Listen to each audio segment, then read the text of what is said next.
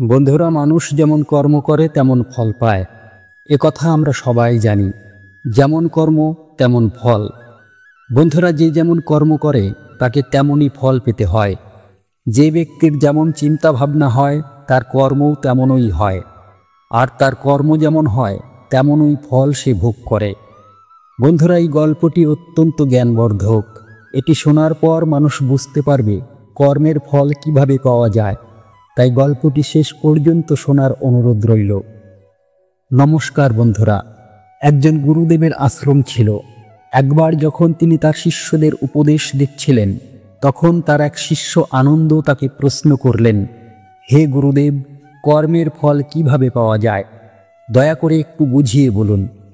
তখন গুরুদেব আনন্দকে বললেন, হে শিষ্য, আমরা আমাদের জীবনে যা কিছু পেয়েছি, যা কিছু হারিয়েছি, তা সবই এই দুনিয়ার, আর তা এখানেই থেকে যাবে। আমাদের সঙ্গে কিছুই যাবে না। আমরা খালি হাতে এসেছিলাম আর একেবারে খালি হাতেই চলে যাব। যারা মন থেকে একেবারে খালি হয়ে যায়, আসলে তাদের অন্তরে জ্ঞানের প্রদীপ জ্বলে ওঠে। তারা পরবর্তী জন্মে নির্বাণের অবস্থা লাভ করতে পারে। কিন্তু তার আগে তোমাকে এই জীবনের নিরর্থকতা বুঝতে হবে। এখানে কিছু পাওয়া বা কিছু হারানোর কোনো মানে নেই। প্রত্যেক মানুষের শৈশবের দিনগুলো কেন প্রিয় হয়? কারণ সে সময় তার কোনো চিন্তা থাকে না, সে মুক্ত থাকে, তার মনে কোনো লালসা থাকে না, যে কাজে লেগে যায় তাতেই মগ্ন হয়ে যায়। কিন্তু যতই মানুষের বয়স বাড়তে থাকে, ততই তার ইচ্ছা, তার কামনা দিন দিন বাড়তে থাকে। আর এই কারণে মানুষ প্রায়শই ভবিষ্যতের প্রস্তুতিতে ব্যস্ত থাকে অথবা অতীত নিয়ে ভাবতে থাকে, আর সে বর্তমানে বাঁচতে ভুলে যায়। কিন্তু আমরা যদি কোনো ছোট শিশুকে দেখি, তার জন্য কোনো ভবিষ্যৎ বা অতীত থাকে না, তার জন্য শুধু বর্তমান থাকে, আর তাই সে বর্তমানে পুরোপুরি আনন্দে থাকে।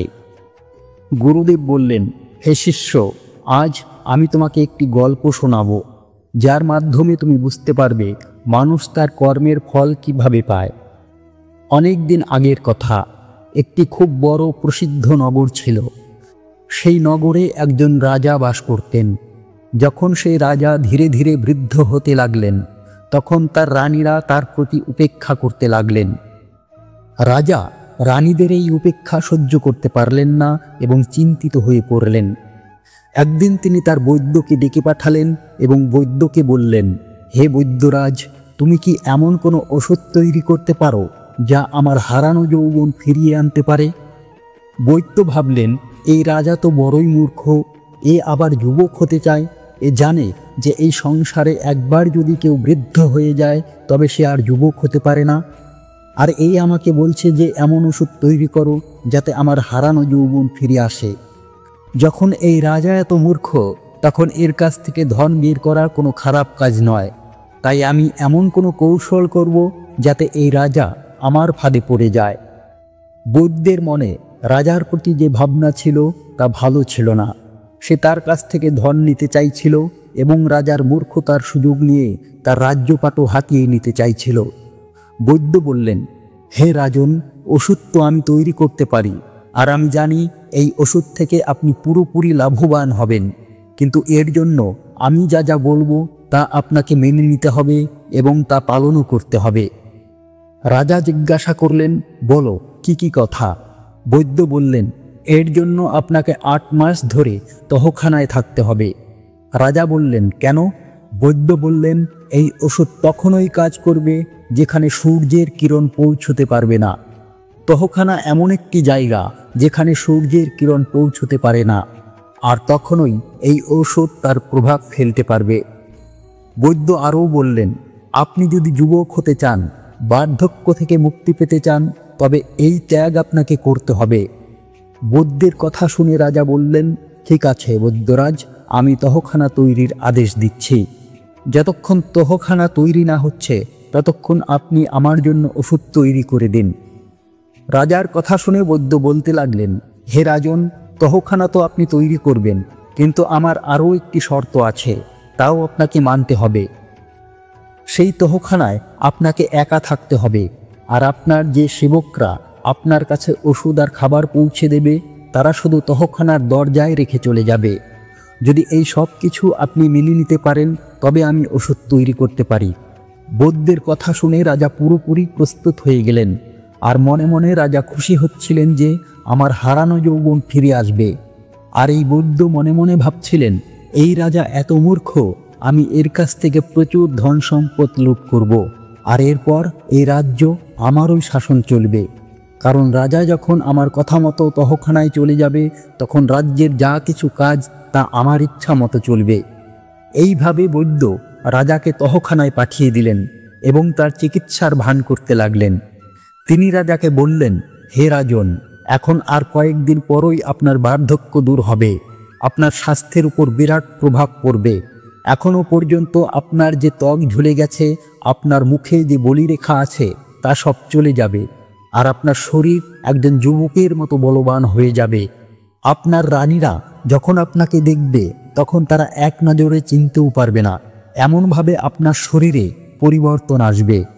বৈদ্য এমনভাবে চালাকি দেখাচ্ছিলেন যেন তিনি নিজেই ভগবান। বৈদ্যের কথা শুনে রাজা খুব খুশি হলেন এবং বললেন, হে বৈদ্যরাজ, আমি তো এটাই চাই। যদি আমার হারানো যৌবন আবার ফিরে আসে তবে আমি তোমাকে অনেক ধন সম্পত্তি পুরস্কার দেব। আর এত ধন দেব যে তোমার আগামী প্রজন্ম ধনী হয়ে যাবে। একদিকে সেই বৈদ্য রাজাকে যুবক বানানোর ভান করতে থাকলো, আর অন্যদিকে জঙ্গলের পথ দিয়ে একটি সুড়ঙ্গ খুঁড়িয়ে সেই তহখানার সঙ্গে যুক্ত করল।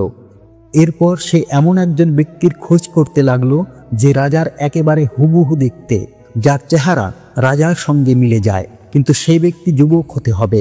একদিন বৈদ্য যখন জঙ্গলের পথ দিয়ে যাচ্ছিল তখন দেখল নদীর তীরে স্নান করছে এমন একজন ব্যক্তি যে ঠিক তার কাঙ্ক্ষিত মতো দেখতে। তার চেহারা একেবারে রাজার মতোই। সেই বৈদ্য সেই ব্যক্তির কাছে গিয়ে বলল, হে যুবক, মনে হচ্ছে তুমি এই নগরে প্রথমবার এসেছ। তুমি কোথাকার বাসিন্দা? সেই ব্যক্তি বলল, শ্রীমানজি, আপনি একেবারে ঠিক ধরেছেন। আমি এই নগরে প্রথমবার এসেছি, কিন্তু আপনি আমার কাছে এসব কেন জিজ্ঞাসা করছেন? বৈদ্য বলল, আমি এই কারণে জিজ্ঞাসা করছি যে তুমি আমাকে তোমার বন্ধু মনে করো। যদি তুমি আমার কথা মানো এবং আমার কাজের জন্য প্রস্তুত হয়ে যাও তবে আমি তোমাকে এই নগরের রাজা বানাতে পারি। বৈদ্যের কথা শুনে সেই যুবক অবাক হয়ে গেল। সে বলল, আপনি কি কথা বলছেন? আপনার মাথা ঠিক আছে তো? বৈদ্য বলল, না, আমার মাথা একেবারে ঠিক আছে। আমি এই রাজ্যের বৈদ্য। রাজার উপর আমার খুব প্রভাব আছে। আমি যা চাই তাই করতে পারি। সেই ব্যক্তি বলল, এ তো বড় খুশির কথা। যখন আপনি এত প্রভাবশালী ব্যক্তি তখন আপনি আমাকে রাজা বানাতে পারেন, কিন্তু রাজা হওয়ার জন্য আমাকে কি করতে হবে? বৈদ্য তখন বলল, শুধু কয়েকদিনের জন্য তোমাকে আমার বলা একটি তহখানায় থাকতে হবে, কিন্তু যখনই তুমি তহখানা থেকে বের হবে তখন সোজা রাজসিংহাসনে গিয়ে বসবে আর তুমি এই রাজ্যের রাজা হয়ে যাবে। বৈদ্যের কথা শুনে সেই ব্যক্তি বলল, কিন্তু এভাবে আমি রাজমহলে গিয়ে সোজা রাজসিংহাসনে বসে যাব? এখানে তো আমাকে কেউ চেনেই না। যদি কেউ আমাকে এই দুঃসাহসের জন্য চিনে ফেলে আর জেলের শিকলের পিছনে বন্দি করে দেয় তখন কে আমাকে বের করবে? সেই যুবক কিছুক্ষণের জন্য ভয় পেয়ে গেছিল, কিন্তু বৈদ্য কোনো রকমে সেই ব্যক্তিকে এই কাজের জন্য রাজি করিয়ে ফেলল। সে বলল, তুমি যদি আমার কথা মানো তাহলে কিছু সময়ের মধ্যে তুমি এই রাজ্যের রাজা হয়ে যাবে। সেই ব্যক্তি বলল, আমি আপনার এই প্রস্তাব গ্রহণ করছি। বলুন আমাকে কতদিন অপেক্ষা করতে হবে? বৈদ্য বললেন, তোমাকে মাত্র কয়েক মাস তহখানায় থাকতে হবে। এরপর তোমার অপেক্ষা শেষ হয়ে যাবে। খুব কম সময়ের মধ্যেই তোমার অপেক্ষা শেষ হবে। বড়জোর 1-2 মাস তহখানায় থাকতে হবে। এরপর আমার যে পরিকল্পনা সেই অনুযায়ী আমি আমার কাজ করব।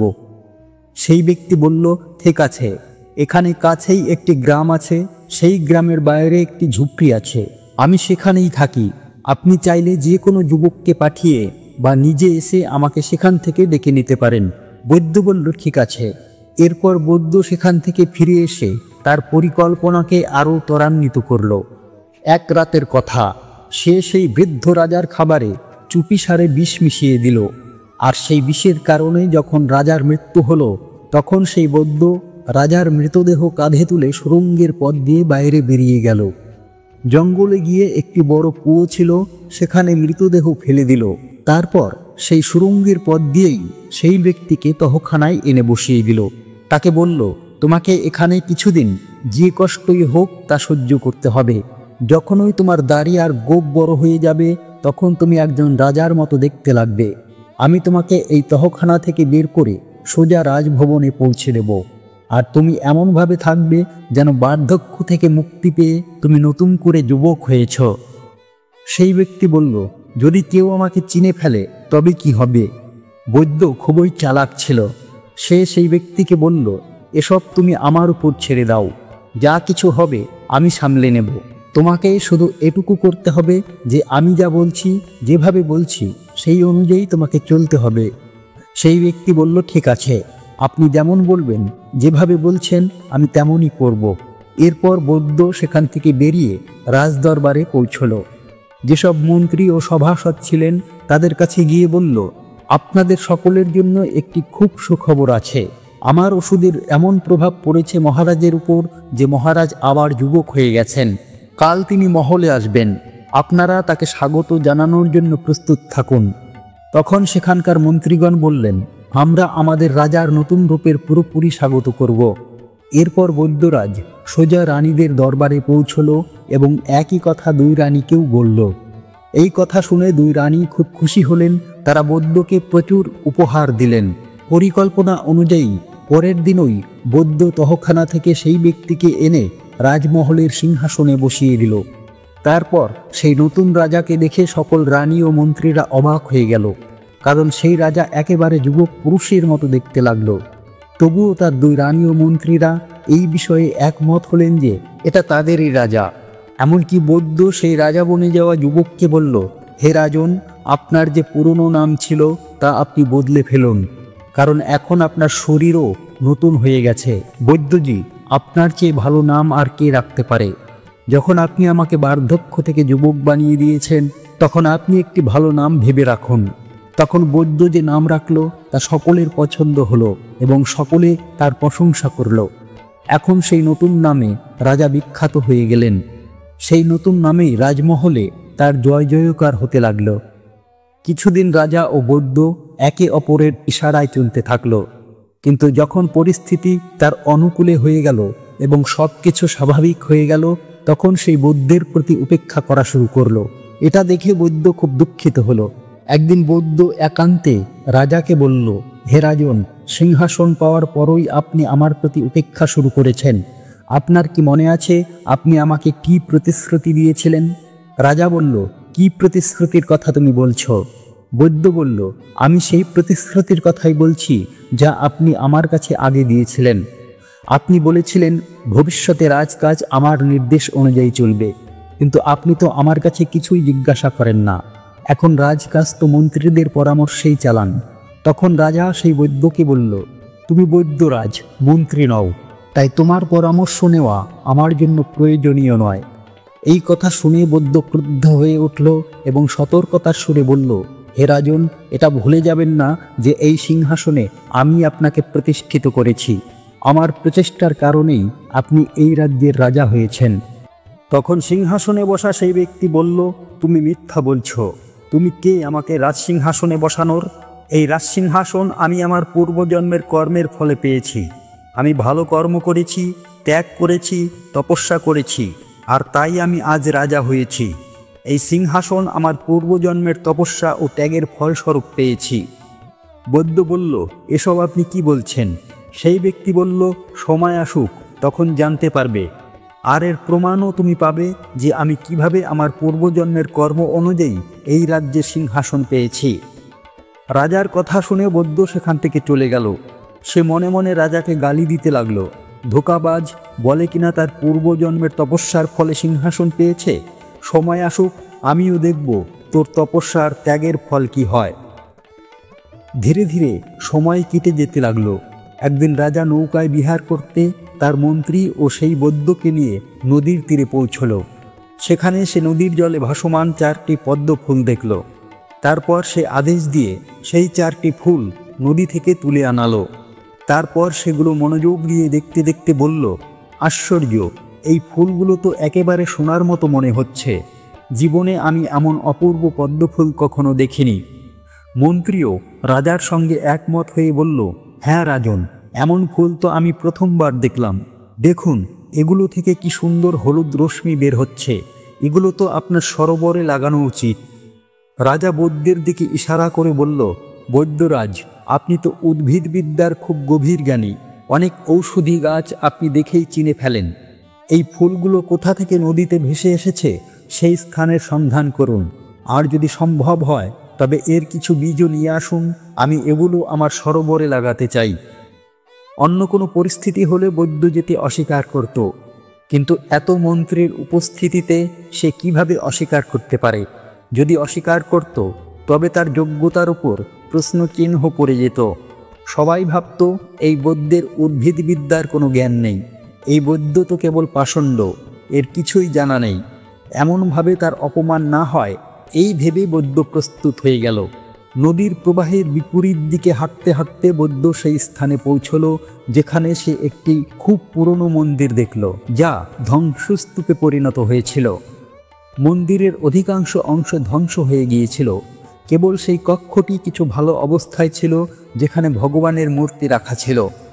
ভগবানের মূর্তি দেখে বৈদ্য প্রণাম করল, তারপর সেই কক্ষ থেকে বেরিয়ে মন্দিরের প্রাঙ্গণে পৌঁছল এবং চারিদিকে দৃষ্টি ঘোরাতে লাগল। তখন তার দৃষ্টি একটি বটগাছের উপর গিয়ে পড়ল। সেই বটগাছটি খুবই বিশাল ছিল। নদীর তীরে তা জন্মেছিল, তার কিছু শাখা নদীর জলের উপরে ছড়িয়েছিল। তখন তার দৃষ্টি গাছের একটি শাখায় ঝুলন্ত একটি মানব কঙ্কালের উপর গিয়ে আটকে গেল। সেই কঙ্কাল বটগাছের একটা মোটা শাখায় ঝুলছিল। তার পা আকাশের দিকে ছিল এবং মাথা নদীর জল থেকে কিছুটা উপরে ছিল। তারপর বৈদ্য সেই কঙ্কালের কাছে গেল এবং ভাবতে লাগলো, এটা কেমন কঙ্কাল, এটা কার, আর কেন এটা উল্টো অবস্থায় ঝুলছে? এর উল্টো ঝোলার পেছনে কি কোনো রহস্য লুকিয়ে আছে? বৈদ্য এসব ভাবছিল। হঠাৎ আবহাওয়া বদলে গেল। আকাশে কালো ঘন মেঘ ছেয়ে গেল। বাতাসের প্রবাহ তীব্র হতে লাগলো। দেখতে দেখতে প্রচণ্ড ঝড়ের সঙ্গে ঘন ঘোর বৃষ্টি শুরু হয়ে গেল। বৃষ্টিতে ভিজে যাওয়া থেকে বাঁচতে বৈদ্য বটগাছের মোটা কাণ্ডের নিচে দাঁড়িয়ে গেল। তারপর হঠাৎ তার দৃষ্টি আবার সেই কঙ্কালের উপর গিয়ে স্থির হলো। বৃষ্টির ফোঁটা যখন সেই কঙ্কালকে ভিজিয়ে দিচ্ছিল, তখন সেই কঙ্কাল স্পর্শ করে বৃষ্টির জল নদীতে নিচে পড়ছিল, আর তখন সেই জল থেকে স্বর্ণকমল জন্মাচ্ছিল। এটা দেখে বৈদ্য অবাক হয়ে গেল। বৃষ্টি থামলে বৈদ্য ঝুলন্ত কঙ্কালটি স্পর্শ করার চেষ্টা করল। তখন হঠাৎ কঙ্কালটি শাখা থেকে ছিঁড়ে নদীর জলে পড়ে গেল এবং গভীর জলে ডুবে গিয়ে সেখানেই বিলীন হয়ে গেল। বৈদ্য যখন ফিরে এলো তখন সে যা কিছু ঘটেছিল সব কিছু রাজাকে বলে দিল। এটা শুনে রাজার মুখে হাসি ফুটে উঠল। সে বৈদ্যকে বলল, বৈদ্যরাজ, তুমি যে কঙ্কাল দেখে এসেছো তা আমার পূর্বজন্মের শরীর ছিল। আমি পূর্বজন্মে সেই বটগাছের উপর উল্টো ঝুলে বছরের পর বছর ভগবানের তপস্যা করেছিলাম। আমি একজন যোগী ছিলাম। তপস্যার সময়েই আমার মৃত্যু হয়েছিল। বছরের পর বছর উল্টে ঝুলে থাকার কারণে আমার শরীর শুকিয়ে গিয়েছিল। আমার শরীর কঙ্কালে পরিণত হয়েছিল, আর এখন তো সেই কঙ্কালও আর নেই। ভালো হলো আমার পূর্ব শরীর মুক্তি পেয়ে গেল। রাজার এই কথা শুনে বৈদ্য বলল, কিন্তু আমার এখনও আপনার প্রতি একটি অভিযোগ আছে। আমার প্রচেষ্টায় আপনি রাজা হয়েছেন, আর আপনি এখনও আমার প্রতি উপেক্ষা করছেন। রাজা বলল, হে বৈদ্যরাজ, এটাই তো তোমার ভ্রম। আমি তো তোমাকে বলেছি এই রাজপদ আমি আমার পূর্বজন্মের কর্মের ফলের কারণে পেয়েছি। বৈদ্য বলল, তাহলে আমার প্রচেষ্টার কোনো মূল্য নেই? রাজা বলতে লাগলো, তুমি যত কাজ করেছ সবই নিজের স্বার্থের জন্য করেছ। আমি তোমার কিছু কথাও জানি, যার কারণে আমি তোমাকে ফাঁসিতেও চড়াতে পারি, কিন্তু আমি তা করব না, কারণ তুমি আমার সঙ্গে যা করেছ আর অন্য কারো সঙ্গে যা করেছ তার ফল ঈশ্বর তোমাকে দেবেন। এটা শুনে বৈদ্য ভয়ে কাঁপতে লাগলো। রাজা যখন তাকে কাঁপতে দেখল তখন বলল, ভয় পাওয়ার কিছু নেই, বিশ্বাস রাখো, আমি তোমাকে ফাঁসিতে লটকানোর আদেশ দেব না, কারণ আমি জানি জন্ম মৃত্যু ক্ষতি লাভ এসব কিছুই ভগবানের ইচ্ছায় হয়। আমার পূর্বজন্মের কর্মের ফলে আমি এই জীবনে রাজা হয়ে ভোগ করছি। তুমি তোমার কিছু কর্মের ফল পরের জন্মে ভোগ করবে। এই জন্মে তোমার লোভের ফল তোমাকে ভোগ করতে হবে। এখন যাও, সেই দিনের অপেক্ষা করো যখন তোমার কর্মের ফল তোমার কাছে ফিরে আসবে। রাজার এই কথা শুনে বৈদ্য খুবই বিমর্ষ হলো এবং সেখান থেকে চলে গেল। বাড়িতে গিয়ে বিছানায় শুয়ে পড়ল। সময় কেটে যেতে লাগলো। রাজার কথা সত্যি হলো। কয়েক মাস পর সেই বৈদ্য জঙ্গলে ঔষধি গাছের খোঁজে গেল। সংযোগবশত সে সেই কুয়োর কাছে পৌঁছে গেল যেখানে সে বৃদ্ধ রাজার মৃতদেহ ফেলে দিয়েছিল। সেই কুয়োতে এখন একটি ঝোপ জন্মেছিল, যার ডালপালা কুয়োর বাইরে পর্যন্ত ছড়িয়েছিল। সেই ডালে হলুদ রঙের সুন্দর ফুল ফুটেছিল। বৈদ্য সেই ফুল দেখে মুগ্ধ হয়ে গেল এবং সেগুলো ছিঁড়তে নিজেকে সামলাতে পারল না। কুয়োর কাছে গিয়ে সে নিচু হয়ে ফুল ছিঁড়তে গেল। হঠাৎ তার পা পিছলে গেল এবং সে সেই কুয়োতে পড়ে গেল। বৈদ্য সাহায্যের জন্য চিৎকার করল, কিন্তু সেই নির্জন ঘন জঙ্গলে তার কণ্ঠস্বর কেউ শুনতে পেল না। তাকে বাঁচাতে কেউ এলো না। বন্ধুরা, সেখানেই ফলাফল হলো। ক্ষুধায় তৃষ্ণায় তরপাতে তরপাতে বৈদ্য সেই কুয়োতে মারা গেল। প্রত্যেক মানুষকে তার ভালো মন্দ কর্মের ফল একদিন না একদিন ভোগ করতে হয়। তাই প্রত্যেক ব্যক্তির উচিত জীবনে সবসময় ভালো করা। কারও ক্ষতি ভাবা উচিত নয়, কারও সঙ্গে খারাপ আচরণ করা উচিত নয়, কাউকে কষ্ট দিয়ে কাঁদানো উচিত নয়। যে মানুষ জীবনে সৎ ব্যক্তি হয়ে থাকে তারই জয় হয়। মানুষের উচিত সৎকর্ম করা। সকল ব্যক্তির মান সম্মান যশ কীর্তি সৎকর্মের মাধ্যমেই পাওয়া যায় এবং সদাচারের মাধ্যমেই অর্জিত হয়। এটাই মানুষের সত্যিকারের ভালো জীবন। প্রত্যেক ব্যক্তির উচিত জীবনে এই পথে চলা। এইভাবে গুরুদেব আনন্দকে এই শিক্ষা দিলেন। আশা করি আপনাদের এই কাহিনী পছন্দ হয়েছে। বন্ধুরা, আপনাদের কেমন লাগলো এই গল্প তা অবশ্যই কমেন্টে আমাদের জানাবেন। আর যদি ভালো লেগে থাকে তবে এই চ্যানেলটি অবশ্যই সাবস্ক্রাইব করবেন। তাহলে চলুন এমন আরেকটি নতুন গল্প আপনাদের শোনাই। এক সময়ের কথা, একটি গ্রাম থেকে কিছুটা দূরে জঙ্গলে এক মহাত্মার আশ্রম ছিল। তিনি খুবই জ্ঞানী ছিলেন। দূর দূরান্ত থেকে লোকেরা তার কাছে জ্ঞান অর্জন করতে আসত। একদিন তিনি উপদেশ দিচ্ছিলেন, তখন তার এক শিষ্য প্রশ্ন করল, হে গুরুদেব, আমি জানতে চাই মানুষকে কি পূর্বজন্মের ঋণও শোধ করতে হয়?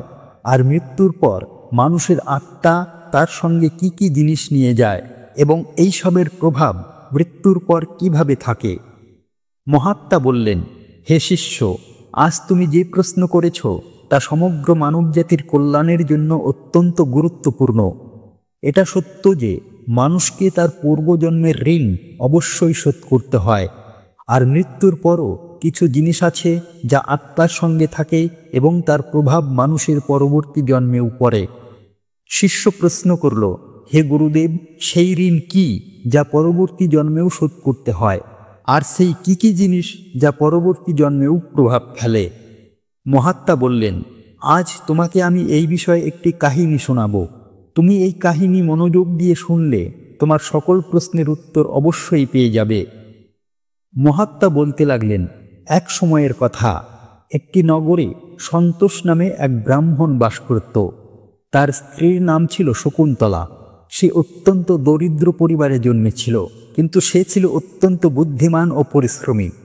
যখন সে দরিদ্র ছিল তখন তার ধনের প্রতি খুব বেশি লোভ ছিল না, কিন্তু তার পরিশ্রমের জোরে যখন তার কাছে ধন জমা হতে লাগলো তখন সে দিনরাত সেই ধন বাড়ানোর চিন্তায় ডুবে থাকত।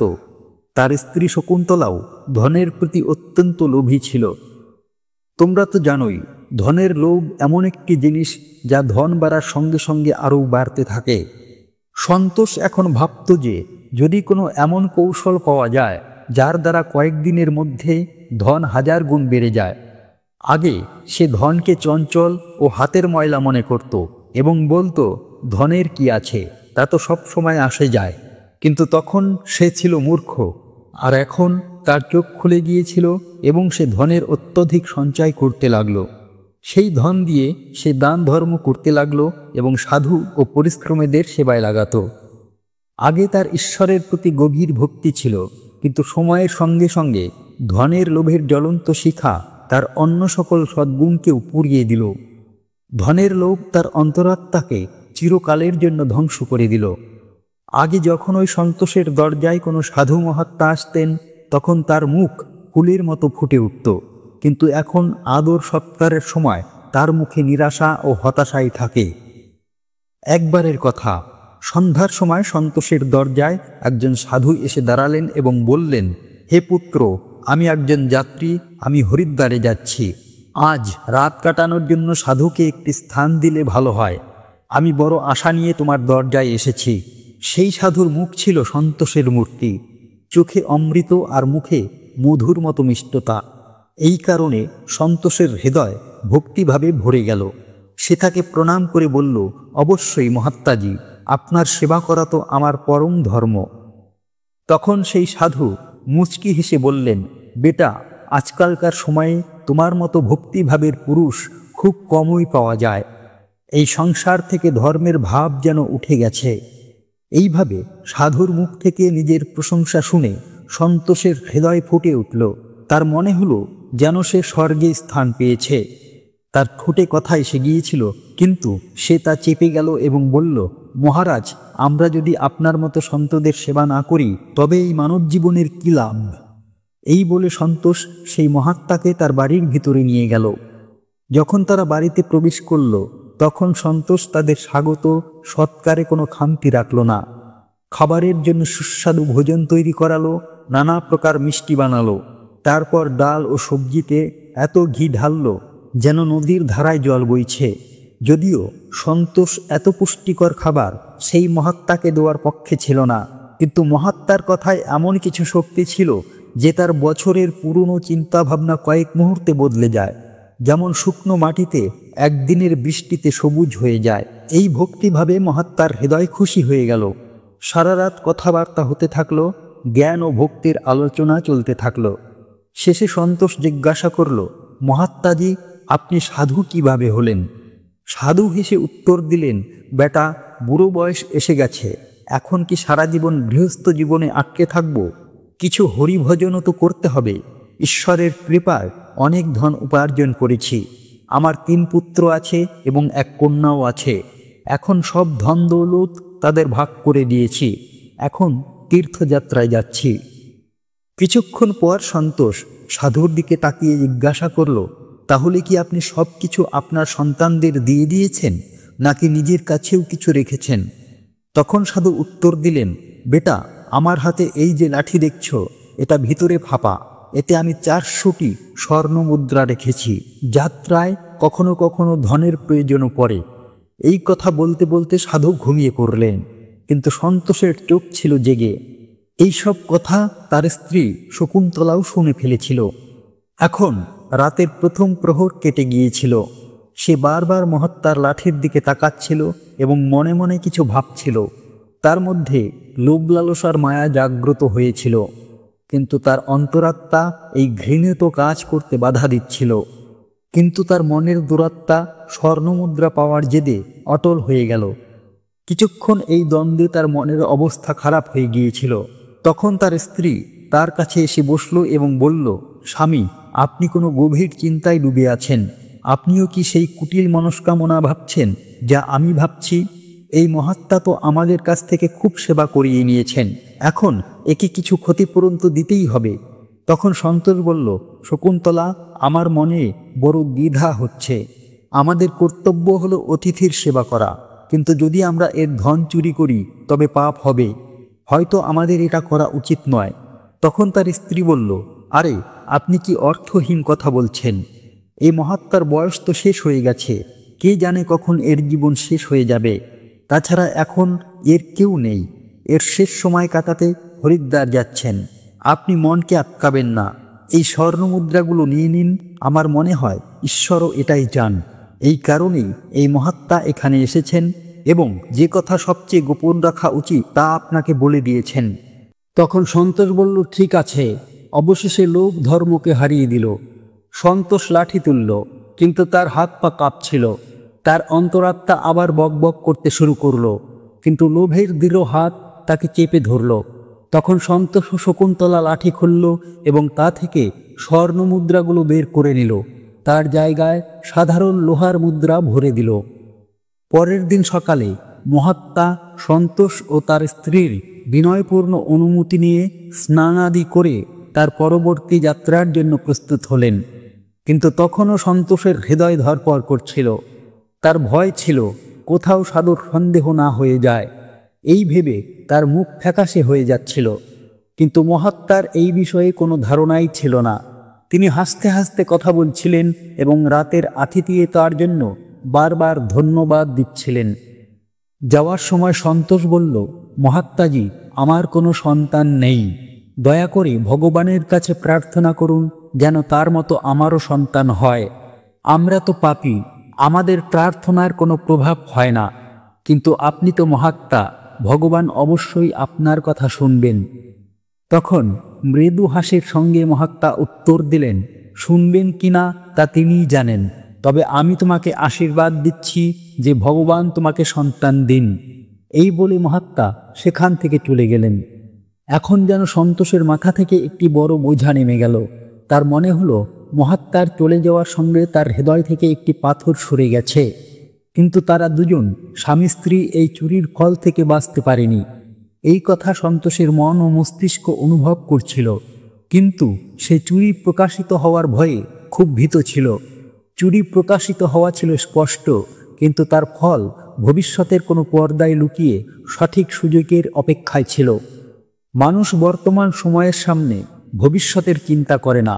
অন্যদিকে যখন সেই মহাত্মা হরিদ্বার পৌঁছলেন, তখন তার হৃদয় অত্যন্ত প্রসন্ন হয়ে গেল।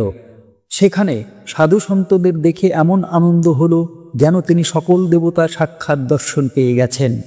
তার মন ঈশ্বর ভক্তিতে লীন হয়ে গেল। তারপর রাতে মহাত্মা সেখানে সন্তদের সঙ্গে আশ্রমে ঘুমিয়ে পড়লেন। পরের দিন স্নান করে তিনি মন্দিরের প্রধান রসইকে ডেকে বললেন, আমি এখানে শ্রদ্ধার সঙ্গে আগত সকল যাত্রীদের জন্য অন্নদান করতে চাই। এটাই আমার একমাত্র ইচ্ছা বাকি আছে। দয়া করে বলুন, সকলের ভোজন, থাকার ব্যবস্থা এবং বস্ত্র দানের জন্য কত খরচ হতে পারে। তখন সেই ব্যক্তি কিছু হিসাব করে বলল, মহারাজ, অন্নদান, থাকার ব্যবস্থা, বস্ত্রদান এবং অন্যান্য সকল কাজের জন্য মোট 300 স্বর্ণমুদ্রা লাগতে পারে। 200 থেকে 300-এর মধ্যে কম বেশি হতে পারে। আপনার কাছে এত ধন আছে? মহাত্মা বললেন, ঠিক আছে, আমি এর ব্যবস্থা করছি। আপনি কেবল কালকের সকল অনুষ্ঠানের আয়োজন করুন। এই বলে তিনি গঙ্গা স্নানে চলে গেলেন। পরের দিন তার কথা মতো রসইয়া সম্পূর্ণ আয়োজন করল। হরিদ্বারের পরিসরে বড় ধুমধাম ও আনন্দের সঙ্গে অন্নদান, বস্ত্রদান, ভজন ইত্যাদি কাজ সম্পন্ন হল। সেখানে উপস্থিত সকলে দেখে আনন্দে বলতে লাগল, মহাত্মা নিজে দরিদ্র হয়েও কত উদার, আর যাদের ধনের কোনো অভাব নেই তারা অহেতুক প্রদর্শনীতে সব উড়িয়ে দেয়, কিন্তু ধর্মের পথে একটি কড়িও খরচ করে না। এ একজন সৎ হৃদয়ের মানুষ, যিনি তার ধর্ম বুঝেছেন এবং ধর্মের সামনে ধনের মোহ দেখাননি। নিজের প্রশংসা শুনে মহাত্মার আনন্দের সীমা ছিল না। তার হৃদয় আনন্দ প্রসন্ন হচ্ছিল, কিন্তু অন্যদিকে তার ভাগ্য কাঁদছিল। যখন সন্ধ্যা হলো, মহাত্মা তার ঘরের দরজা বন্ধ করলেন এবং লাঠি খুলে দেখলেন লাঠির ভিতরে লোহার মুদ্রা দেখে তার হৃদয় কেঁপে উঠল। তার মনে হলো যেন সে কোনো ভয়ানক স্বপ্ন দেখছে। সে তার চোখের উপর ভরসা করতে পারছিল না।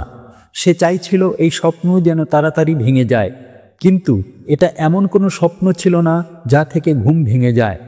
সে বারবার চোখ ঘষে দেখল, কিন্তু মুদ্রাগুলো লোহারই ছিল। এখন কিছুক্ষণের মধ্যে তাকে রসইয়ার হিসাব করে তার ধন ফেরত দিতে হবে। সে ভাবল, এখন কি হবে? অপমানের ছবি তার চোখের সামনে ভেসে উঠল। সে বলতে লাগল, হে প্রভু, আমাকে ক্ষমা করুন। মহাত্মা কাঁপতে কাঁপতে দাঁড়িয়ে উঠলেন। অপমানের ভাবনা অপমানের চেয়েও ভয়ঙ্কর মনে হচ্ছিল। এখন তার মধ্যে এটা সহ্য করার শক্তি ছিল না। তিনি কিছুক্ষণ ঘুমিয়ে থাকলেন এবং হঠাৎ দরজা বন্ধ করে দিলেন। সঙ্গে আসার দরজাও বন্ধ হয়ে গেল। মহাত্মা খাটের দড়ি খুলে তা ছাদে ঝুলিয়ে দিলেন। এখন মৃত্যু দরজায় দাঁড়িয়েছিল। তখন মহাত্মার অন্তরাত্মা উপদেশ দিল, মস্তিষ্কও পরামর্শ দিল, তুমি এটা কি করছো? আত্মহত্যা সবচেয়ে নিন্দনীয় কর্ম, এটা করো না। কিন্তু নিরাশা সব দিক থেকে তাকে পরাজিত করে দিয়েছিল। মহাত্মার মুখ মৃত ব্যক্তির মতো ফ্যাকাশে হয়ে গিয়েছিল। তখন তিনি খাটের উপর দাঁড়িয়ে গলায় ফাঁস লাগালেন এবং কাঁপতে কাঁপতে পা দিয়ে খাটে লাথি মারলেন। মহাত্মা ফাঁসিতে ঝুলে গেলেন এবং তার মৃত্যু হলো। যেখানে সকাল খুব সুখময় ও শান্ত ছিল, কিন্তু কে জানত সন্ধ্যা এত দুঃখজনক হবে। কিছুক্ষণ পর এই ঘটনা চারিদিকে ছড়িয়ে পড়ল। এটা দেখে সেই রসইয়া মহাত্মার শেষকৃত্য করল এবং আবার ভগবানের নাম নিয়ে তার কাজে লেগে গেল। মহাত্মা তো মারা গেলেন, কিন্তু তার আশীর্বাদ তখনও জীবিত ছিল। 1 বছরের মধ্যেই সেই চোর ব্রাহ্মণ সন্তোষের ঘরে একটি পুত্র জন্মগ্রহণ করল। এই উপলক্ষে সন্তোষ এমন খুশি হলো যেন সে পুরো সংসারের ধন পেয়ে গেছে। এখন অন্ধকার ঘরে আলো ছড়িয়ে পড়ল, তার পা মাটিতে পড়ছিল না। সে বড় ধুমধামে শিশুর নামকরণ সংস্কার করল।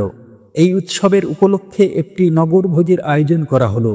সেদিন সন্তোষ তার জীবনের সমস্ত কৃপণতা দূর করে ধনকে জলের মতো বইয়ে দিল।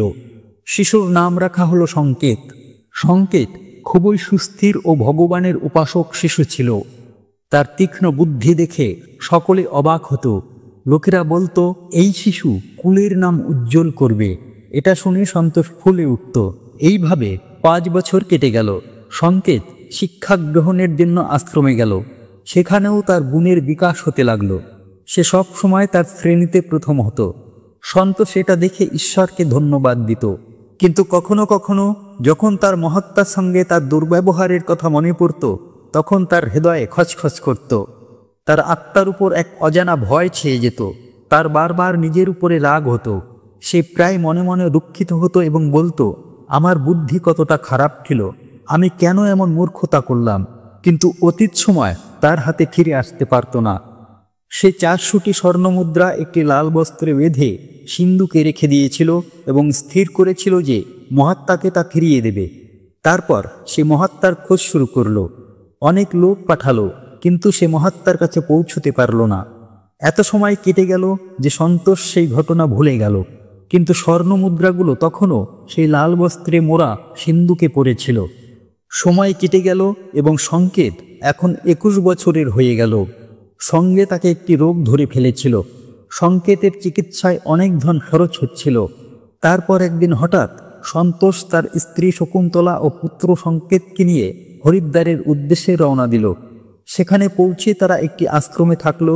সেখানে সন্তোষ জানতে পারলেন যে তার পুত্র সংকেতের আচরণ সাধুদের মতো হয়ে যাচ্ছে। তার মধ্যে বৈরাগ্য আসছে। সে দিনরাত সাধুদের আড্ডায় সময় কাটাতো।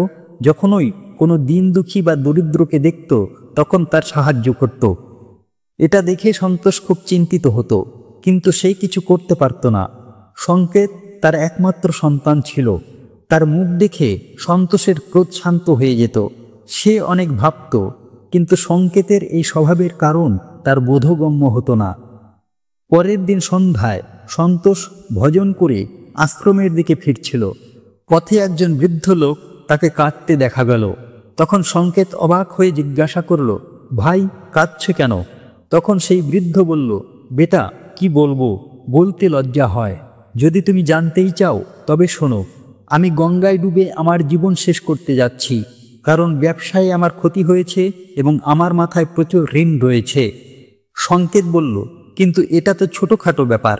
বৃদ্ধ অদ্ভুত দৃষ্টিতে সংকেতের দিকে তাকিয়ে বলল, আমাকে আমার ঋণ শোধ করতে হবে, নইলে আমার কাছে আত্মহত্যা ছাড়া আর কোনো উপায় নেই। তখন সংকেত কিছুক্ষণ চুপ করে রইল। এই নীরবতা সেই দুর্ভাগা বৃদ্ধের জন্য একটি আশা হয়ে উঠেছিল। তার চোখের জল থেমে গেল। তারপর সংকেত জিজ্ঞাসা করল, মহারাজ, আপনার কত ধনের প্রয়োজন? দয়া করে আমাদের বলুন। বন্ধুরা, যখন মানুষ নিরাশ ও হতাশ হয়, তখন তার প্রতিটি পদক্ষেপে আশা দেখা যায়। সেই বৃদ্ধ হিসাব করে উত্তর দিল এবং বলল, আমার মাথায় প্রায় 400 স্বর্ণমুদ্রার ঋণ আছে। সংকেত আবার কিছুক্ষণের জন্য চুপ করে রইল। তারপর বলল, মহারাজ, আপনি চিন্তা করবেন না। আপনি এই গঙ্গার তীরেই আমার জন্য অপেক্ষা করুন। আমি এখনই ফিরে আসছি। আমি কোথাও থেকে ধন সংগ্রহ করে আনছি। তখন বৃদ্ধ বলল, বেটা, এখানে কাছেই আমার একটি ধর্মশালা আছে, তুমি সেখানেই চলে এসো। সেই সময় সংকেত দৌড়ে আশ্রমে ফিরে গেল। তখন তার হৃদয়ে একটা হট্টগোল চলছিল। তার চিত্ত ব্যাকুল ছিল। সে চাইছিল যত তাড়াতাড়ি সম্ভব বৃদ্ধের সংকট দূর করতে। একটি দৈবী শক্তি তাকে বিশ্বাস জুগিয়েছিল যে এই বৃদ্ধের সাহায্য করা তার ধর্ম। সে একটি বিশেষ ভাবাবেগ নিয়ে আশ্রমে পৌঁছল। তখন তার বাবা মা কোথাও বাইরে গিয়েছিল। এখন সংকেতের পথ পরিষ্কার হয়ে গিয়েছিল। সে সিন্দুকের উপর লাগানো তালা একটি পাথর দিয়ে ভেঙে ফেলল। তারপর সিন্দুককে খুঁজতে শুরু করল। নিরাশা তার জায়গা করে নিয়েছিল, কিন্তু আশা বন্ধন তৈরি করেছিল। তখন হঠাৎ আশার একটি রশ্মি দেখা গেল। সংকেতের হাতে সেই লাল বস্ত্র এসে গেল। সে কাঁপতে কাঁপতে তা খুলল এবং তার হৃদয় পদ্ম ফুলের মতো ফুটে উঠল। সেই রুমালে পুরো 400টি স্বর্ণমুদ্রা ছিল। এগুলো সেই স্বর্ণমুদ্রা যা সন্তোষ একবার মহাত্মার কাছ থেকে চুরি করেছিল। যখন মুদ্রাগুলো গণনা করা হলো, তখন তা পুরো 400টি পাওয়া গেল। সংকেতের হৃদয় প্রসন্নতায় ভরে গেল। সে সেই মুদ্রাগুলো তার পকেটে রাখল এবং বস্ত্রটি আবার সিন্দুকে রেখে দিল। অতি উৎসাহে সেই বৃদ্ধের কাছে গিয়ে তাকে সেই মুদ্রাগুলো দিয়ে দিল। বন্ধুরা, প্রত্যেক মানুষকে পূর্বজন্মের ঋণ শোধ করতেই হয়। এই বৃদ্ধই সেই রসইয়া যিনি মহাত্মার অন্নদান ও ভাণ্ডারার আয়োজন করেছিল, কিন্তু তার আত্মহত্যার কারণে তারই ধনের ক্ষতি হয়েছিল। আর সংকেত সেই মহাত্মা যিনি সন্তোষের ঘরে জন্ম নিয়ে তার ঋণ শোধ করে মুক্ত হলেন। বন্ধুরা, এখন আরও শোনো। যখন সংকেত ফিরে এলো, তখন তার মনে এক অদ্ভুত শান্তি ছিল, যেন তার জন্ম এই কাজ পূর্ণ করার জন্যই হয়েছিল। এখন তার রোগ তার প্রাণের আহুতি নিয়ে নিল। পরের দিন সকালে যখন সন্তোষ ও শকুন্তলা জানতে পারল যে তাদের পুত্র মৃত্যুবরণ করেছে, তখন এই দুঃখে তাদের হৃদয় অত্যন্ত পীড়ায় ভরে গেল। নিরাশার সঙ্গে তারাও তাদের প্রাণ ত্যাগ করল। যখন ওই 3 জনের মৃত্যু হলো, তখন সেই রসইয়াই তাদের শেষকৃত্য করল। যখন তাদের 3 জনের আত্মাকে যমরাজের দরবারে আনা হলো, তখন যমরাজ সংকেতকে স্বর্গে পাঠিয়ে দিলেন। অন্যদিকে সন্তোষ ও তার স্ত্রী শকুন্তলাকে ঘোর নরকে নিক্ষেপ করা হলো। তারপর তাদের দুজনকেই পঙ্গু করে পৃথিবীতে কুকুরের রূপে জন্ম দিয়ে পাঠানো হলো। বন্ধুরা, যে মানুষ তার জীবনে ঋণ শোধ করে না, তাকে জন্ম জন্মান্তরে কষ্ট ভোগ করতে হয়। তাই মানুষের উচিত যে কোনো প্রকারের উপকার বা ঋণ শোধ করা। মহাত্মা আরও বললেন, হে শিষ্য, তোমার দ্বিতীয় প্রশ্ন অনুযায়ী মৃত্যুর পরও 5টি জিনিস এমন আছে যা শরীরের সঙ্গে যায় না এবং মৃত্যুর পরও সেই আত্মার সঙ্গে থেকে যায়। অর্থাৎ মৃত্যুর পর যখন আত্মা অন্য শরীরে প্রবেশ করে, তখন ওই জিনিসগুলো আত্মার সঙ্গে সেই নতুন শরীরে প্রবেশ করে। প্রথম হলো কামনা। এটি মানুষের মৃত্যুর সঙ্গে থাকে এবং পরবর্তী জন্মেও তার সঙ্গে থেকে যায়। দ্বিতীয় হলো কর্ম। মানুষ এই জীবনে পুণ্যকর্ম ও ভালো কর্ম করলে পরবর্তী জন্মে তার সুখ, শান্তি ও সমৃদ্ধি প্রাপ্ত হয়। তৃতীয় হলো বাসনা। বাসনাও কামনারই একটি প্রকার। বাসনাকে এমন একটি জিনিস মানা হয় যার কোনো শেষ নেই। মৃত্যুর দোরগোড়ায় এসেও মানুষ বাসনা থেকে মুক্ত হতে পারে না। এই সাংসারিক সুখের চাহিদা ও কামনার ইচ্ছাকে বাসনা বলা হয়। মনের শান্তি ও জ্ঞানই একমাত্র জিনিস যা বাসনা থেকে মুক্তি দিতে পারে। চতুর্থ হলো স্মৃতি বা জ্ঞান। বুদ্ধিমান মানুষ সবসময় বুদ্ধিমান ও বিবেকশীল থাকে, যার কারণে তারা শীঘ্রই মুক্তি লাভ করে। এবং পঞ্চম হলো ঋণ। এটি এমন একটি জিনিস যা মানুষের মৃত্যুর পরও তার পিছু ছাড়ে না। যদি কারো কাছ থেকে ঋণ নেওয়া হয়, তবে মরার আগে অবশ্যই তা শোধ করে দেওয়া উচিত। নেওয়া ঋণ এবং দেওয়া ঋণ জন্ম জন্মান্তর পর্যন্ত সেই মানুষের সঙ্গে থাকে। যদি কোনো মানুষ ঋণ নিয়ে মারা যায়, তবে পরলোকে তাকে তার ঋণ ফেরত দিতে হয়।